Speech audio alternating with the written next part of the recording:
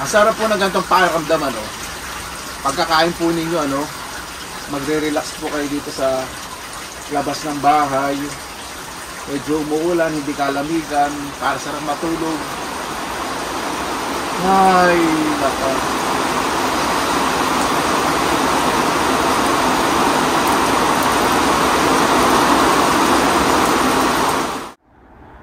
Nagbabalak pa naman akong manguha ng kabote. Ayan.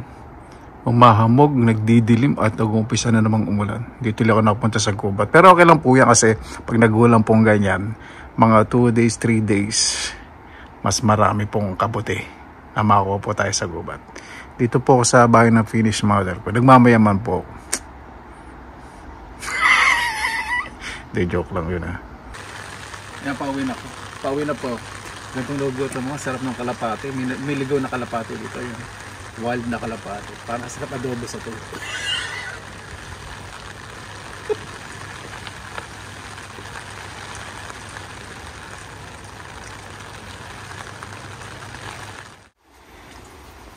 Dito na po ako sa likod bahay ko. Laki ng dilim. Napakasarap po kung mahigop ng sabaw ngayon. Gusto po sabaw, tinapay. Ay, sarap. Makapag-prepare po sa ating mukbang. So lang po enjoy po muna ang araw ngayon dahil hindi po tayo makapaglaga-lago sa sana. Yan. Unti-unti na pong natutulog yung mga ibang halaman. Unti-unti na rin po naglilinis po dito sa hardin ko.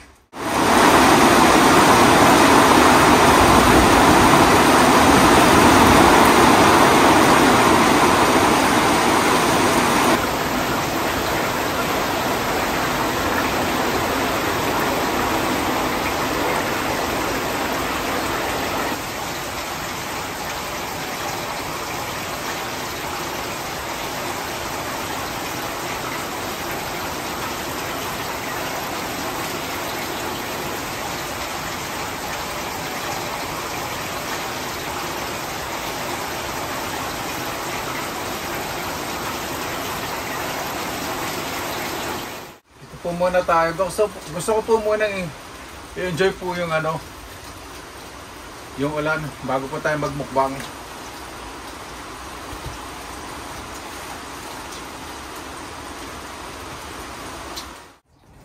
Ayan po mga kabayan, meron po tayong wheaten bread na may liver sausage, butter, o diba? Mainit na miswa at honey lemon juice at may saging. Ito po tayo ngayon sa akin terrace sa labas. Mag-enjoy lang po tayo. Mabuhay, ayan. Naway safe po ang lahat. Gusto ko lang po muna magmuni-muni ngayon. Gusto ko lang pumunta sa forest kahit umuulan, kaya lang medyo chill ang weather. Ayoko naman po siyempreng lamigin po yung pulmon ko, yung bumbunan ko. Alam niyo naman po yung mga gantong mga baby face. Kailangan po iniingatan po sa lipunan. Bago tayo pasalamatan po muna natin ang Panginoon. Panginoon, maraming salamat na naman po sa araw po na to. Ito, magkasama na naman po kami. Naway puro positive vibes na lang po meron sa puso at isipan ng bawat isa. Napakasarap po kumilos sa isang pamayanan, tahanan, o kung saan paman na may laging positibong pananaw po sa pamumuhay. Kaya ano po bahala po sa amin, sinusukan na po namin sa inyo at sa kanan ni Jesus. Yan. Napaka-peaceful po rito, no? Imagine po ninyo, dami kong kapitbahay pero mga tahimik. Hindi po kasi sila dito sumisigaw, oy, impacto ka, ano nilalatakan mo dyan, ano nilalamon mo dyan, hindi ka namimigay. Hindi po sila ganun. Tapos may darating, impacto ka, nagluto ka pala ng miso, hindi makabinigyan. Pero namimiss ko po yun. Dito po siyempre, respect one's privacy. Hindi po kayo basta-basta pwedeng kumatok o bumunta sa kapitbahay para makapag-chismisan. Mainit.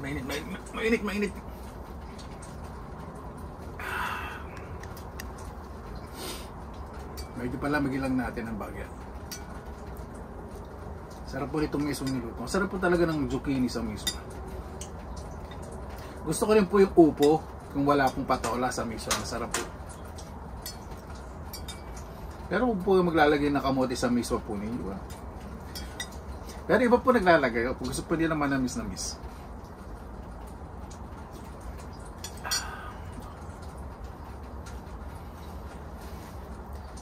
Ito po sa isa, favorite ko po itong liver sausage.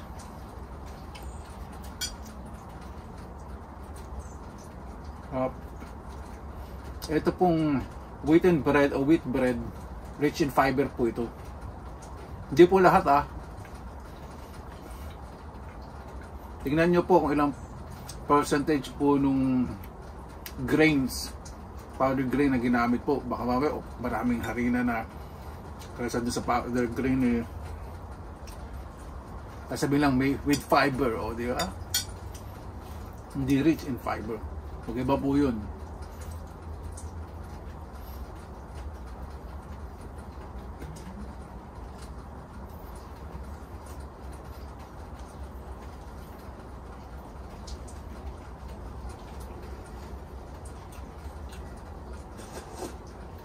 Yan, pwede na.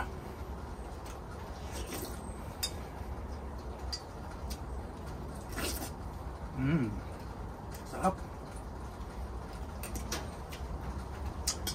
Ang miswa po sa isa sa pinaka-underrated na pagkain po sa Pilipinas, di ba? Parang hindi masyado pinasarap. Pagkain mahirap. Kaya ito po isa sa pagkagustong gusto ko po, lalo na may pritong isda. Pakasarap.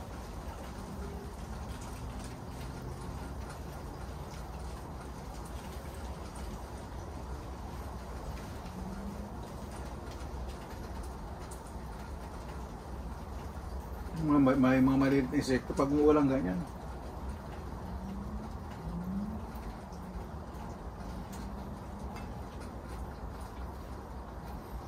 Okay lang itong maliliit na insekto na ito, pwede nyo itong puksain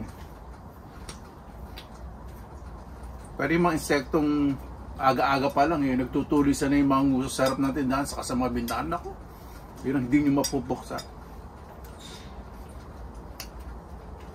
Pag hindi nyo pinansin, imamarites pa kasi ibang tao, mga buwisit na yung salipon. Sarap.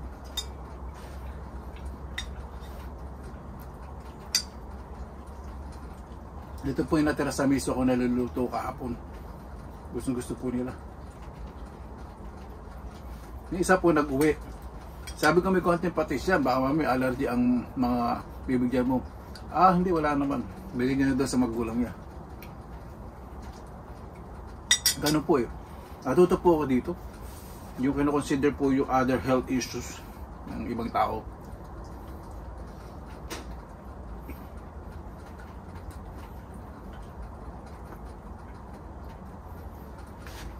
Nakakalungkot tignan pag nag-o-autumn. Natutulog din mga halaman. Iba, magulay, mamatay na kailangan i-harvest.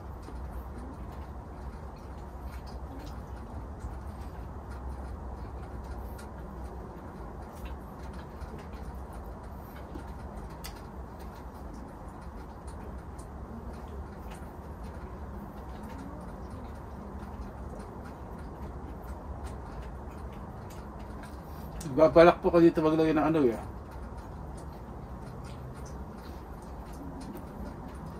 malaking kulambo na parang kortina. Siyempre social na dating pag gusto mo pa-customize sa Pilipinas, maglagay sukat.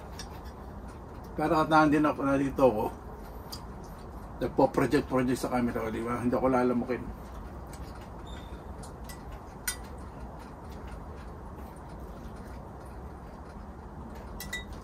Lalo na pag spring and autumn, medyo chill, tapos may kulambo. Naku, sarap.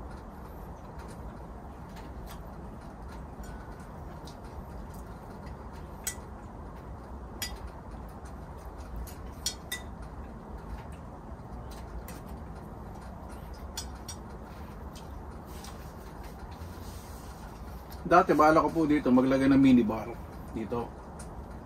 Kaya lang snow, pag napuno po sa bubong, ang bigat po nun. Pag bumagsak sa minibar, gigibay lang, sayang. Ayoko pa na maglagay ng temporary minibar, tatanggalin nyo pag autumn. Ayoko naman makubikong yung mga yung mga gulugod ko. Di-dismantle nyo bago mag-autumn, tapos i-rebuild nyo, ibubuhay nyo ulit pag mag-spring. Okay lang po sa kanya mga paso, mga silya, linisin autumn.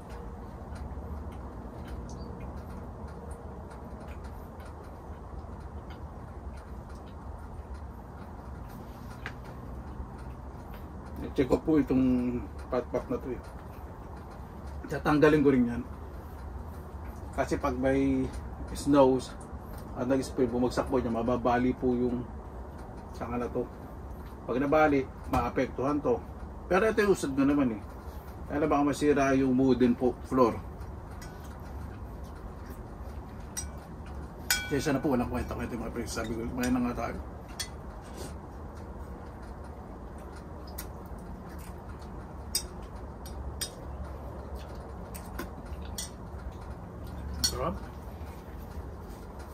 Alam niyo po yung miswa, yung simpleng miswa, yung ginisan niyo lang bawang sibuyas, tubig, asin, paminta. Iba naglalagay ng pampalasa, tapos itog lang po, di ba?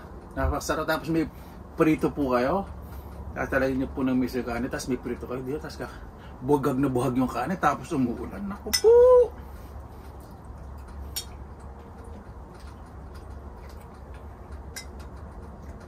Okay, yung miswa niyo eh, may ano? May alimango na aligihan. Napakasarap ano?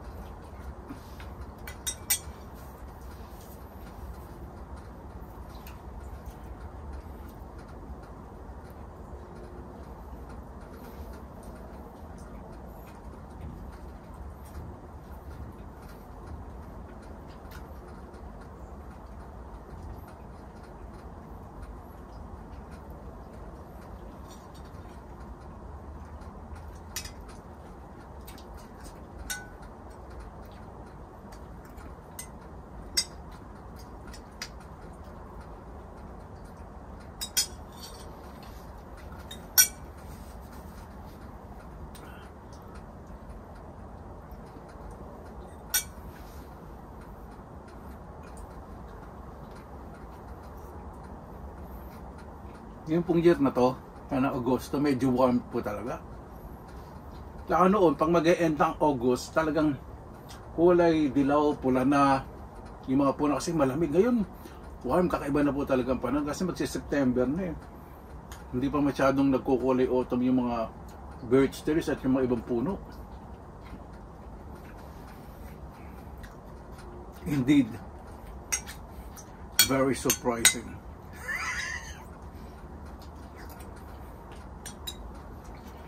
Pag nag-English po ako, no, ang lakas makagwapo.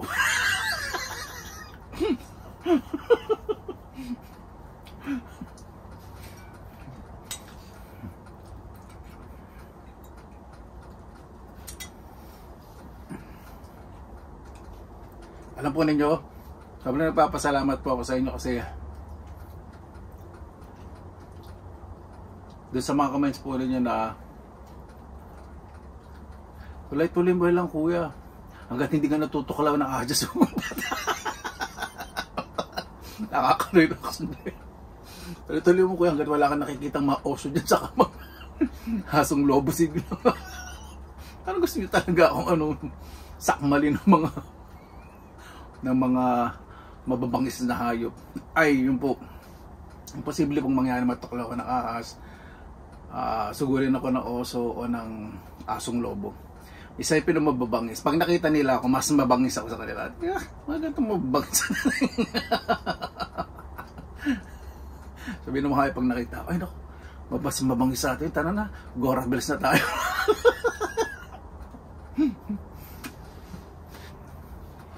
Ay naku.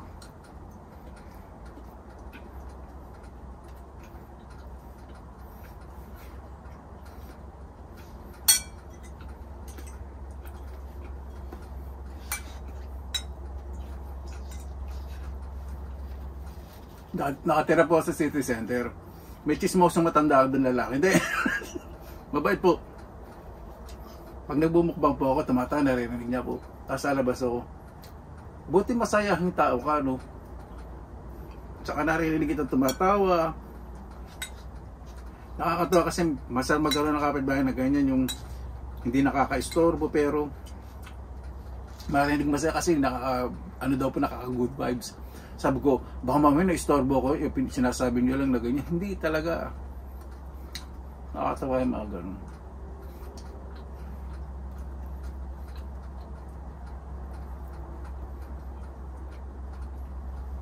Pero hindi naman ako inaya magkape sa bahay niya. O di parang iniiwasan talaga ako. Hindi, parang kahit po ganun po sa Finland.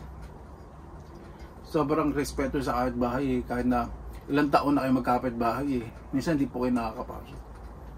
Yung distance, yung hindi pinaiira lang kapal na mukha, di ba? Ganun po. Respeto.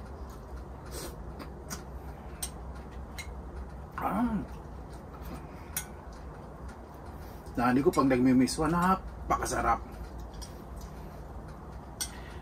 Mag-ano po yun, bibili ng kahit konting tokwa, kahit yung hipon na maliliit po. Ang gagawin niya po sa hipon, kahit na maliliit, babalatan niyo po yun, didikdikin niya po yung ulo. Tapos kakatasin niyo po yun. Yung tokwa, ipiprito niya. Isa po siya ng bawang, sibuyas. Tapos lalagyan niya po yung hipon, yung hilaw muna daw. Tapos lalagyan niya po yung tokwa. Yun. Tapos lalagyan po siya sa sabaw. Pag kumulo, ilalagay niya na po yung pinagkatasan ng hipon, yung miswa.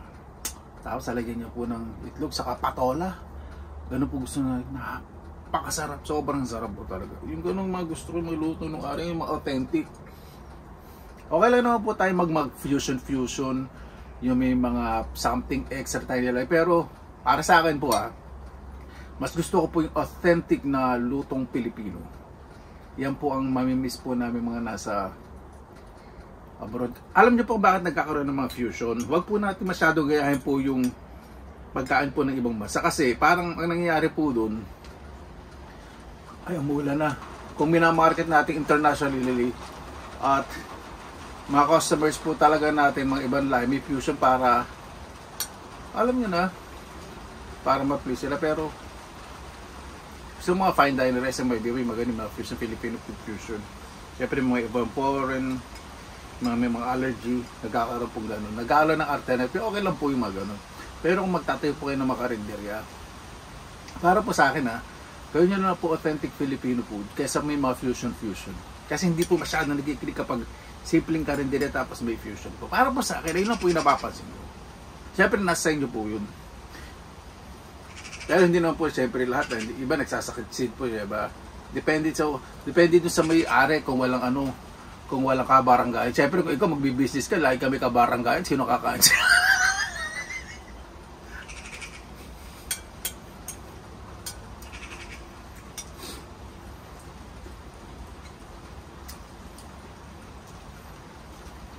Kaya pag magbi-business po kayo, kung lagi kayo may kabaranggayan, wag po kayong tatao doon sa kainan. Tauhin po nyo yung piliin yung pinakamabait sa lipunan o sa lugar na yun. Yun, ganun po ang gawin niyo. Kasi pag nakita pagmumukha po ninyo doon, wala na. Bukas wala na.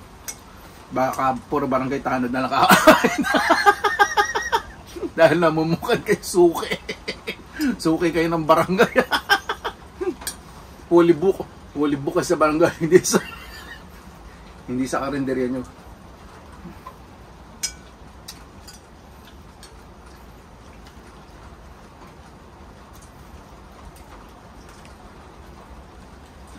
Kaya lang po ako hindi po pwede mag-business.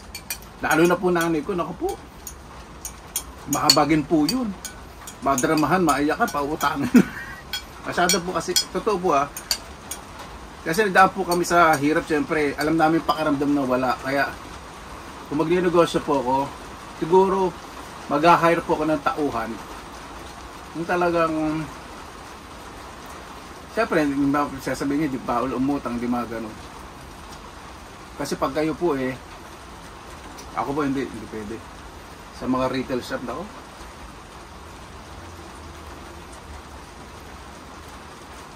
Naranasan ko na po kasi yun, naranasan na namin yun. Nagkatindahan po kami na parang bigasan. Tapos nakita po namin, sa amin po umuutang, tapos sa iba bumibili. Naranasan po namin. Kaya hindi nila kami nagsasalita. Ngayon sinasabi ko na, ay sumatitigas ang mukha na yun.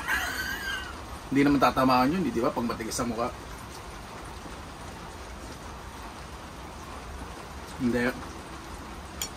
Good vibes lang po tayo. Nakita ko lang po yun dahil sa experience. Siyempre, ang tao naman po nagbabago. Lahat po nagbabago. Dati, umuutang sa amin, bumibili sa kabila. Ngayon, hindi na. Masaya na sila. Mas masaya sila kasi nagsarado kami.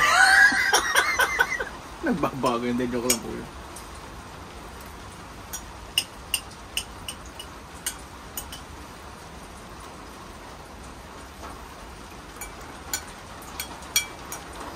Pero sa bawat failure po, totoo po yan. Ang Panginoon po binibigyan po tayo ng aral. Natututo po tayo. Mas natututo tayo lalo na hindi sa siyempre sa experience, number one na yun. Pero mas natututo tayo kung sino yung mga tao talagang susuporta sa atin. Yung pagdating sa negosyo, pagdating sa pag-vlog, sa mga ginagawa po natin, dyan po natin malalaman kapag nakakita nila kahit paano umuunlad tayo o nakikilala tayo, dyan po ninyo makikilala kung sino po yung mga totoong kaibigan at totoong nagmamalasakit na kadugo po ninyo. Totoo po yan. Totoo po yan. Kapag nag-business at nag-vlog kayo, kapag meron kayong mga kaibigan na sinishare ang ginagawa ninyo o sinusuportahan po kayo kung paano kayo matutulungan, yan pong mga kaibigan at mga kadugo po na yan ang suportahan po ninyo hanggang sa dulo. Ito po yan.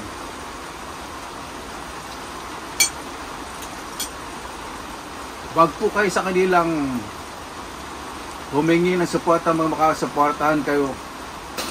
Ang gawin nyo na lang po, mag-joke kayo ng nagmamakaawa sa mga tao. Ulit po na ginagawa ko, di ba? Sa Facebook ko, parang awa nyo na pakilak. Kailangan ko pambili ng ilang salap na bigas. Parang mas masarap pa po ang sabihin nyo sa ibang tao kasi, di ba? Ayun po hindi ko pa sinasabi hindi mas masarap sa kadugo o sa kaibigan. Ibig sabihin, hindi kayo maiilang. Parang, hindi na sila masyadong kalala, natutuwa sila sa inyo dahil sa positive na binibigay po ninyo. Tapos, totoo po, real talk, kung magtampo sila sa inyo, ibig sabihin, tahimik na lang kayo, parang walang nawala sa inyo. Kasi mas masakit po yun na kaibigan po ninyo ng matagal dahil hindi kayo sinusuportahan, kinainggitan pa kayo, tapos biglang nawala. Yun po ang hindi maganda sa pakiramdam. Parang, ayun nga po, in other words, crab mentality.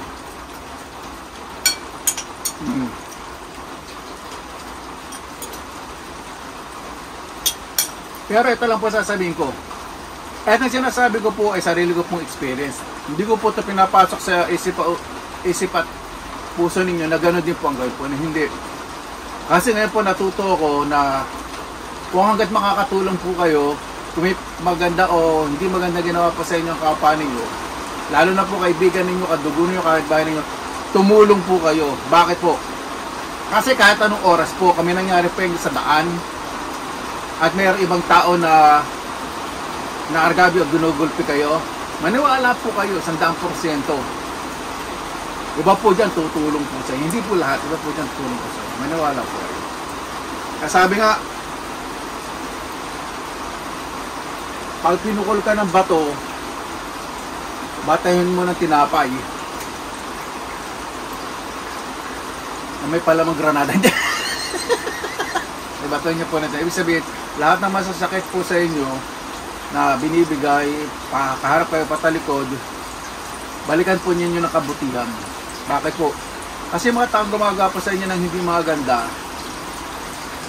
parang wala kayong kaibahan sa kanila kapag gumanti po kayo.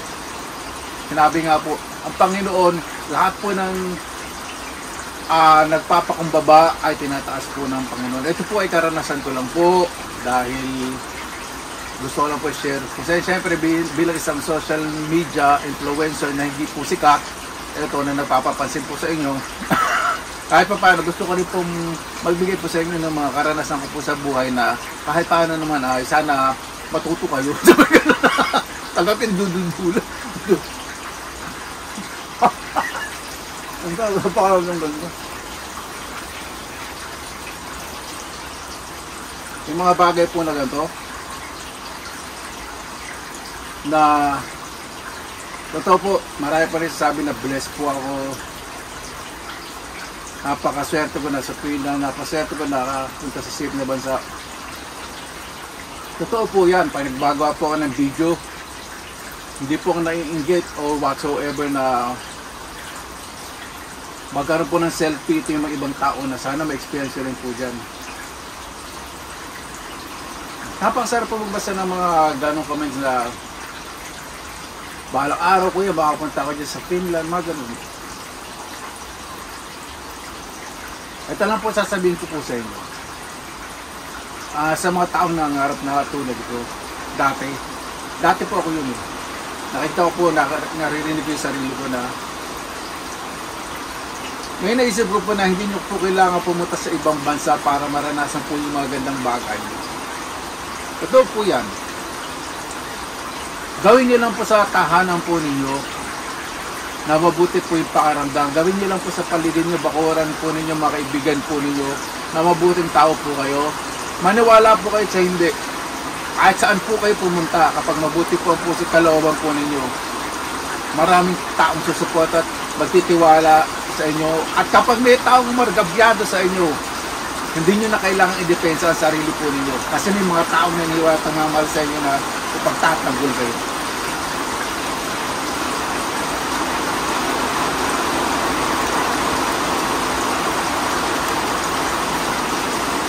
Sarap po ng pakaramdam pag ganito, no? Takas sa ulan.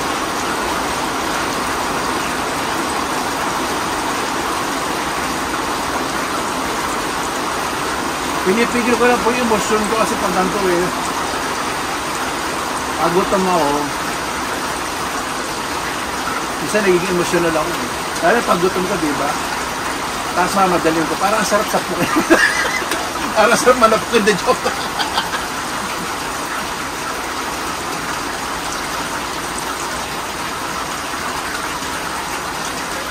Sarap. Ilagay ko pa sa rep to bago kayo naman. Kaya dami.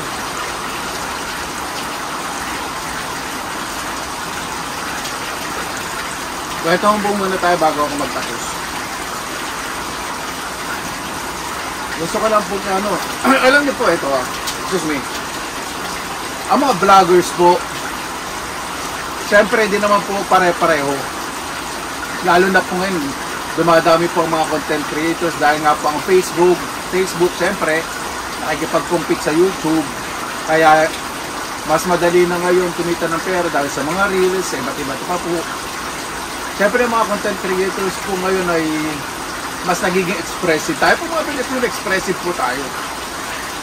Wag po natin, hindi ko po mas pwede ko pala sabihin, wag po natin, nasa inyo naman po syempre kung sino po ang susuportahan ninyo, sino po gusto nyo panoorin, ano po yung gusto nyo panoorin. Ang hirap din sabihin sa tao na syempre, pag hindi gusto nyo pinanonood mo, kaysa mag-comment ka ng hindi maganda, hindi, manood ko na lang ng iba, diba? Kaysa malakit ka pa ng tao. Kasi yung mga content creators po, nagpapakahirap din po yan. Diba po? Tulad ko po,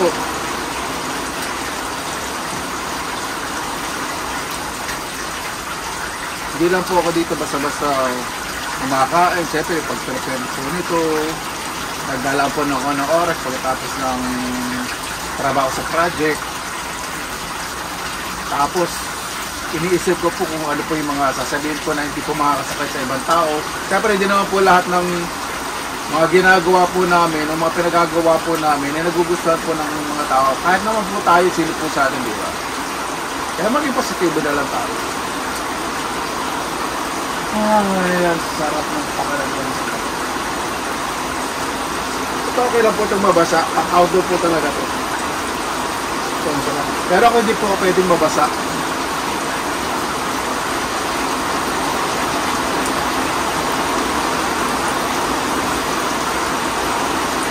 Wala lang.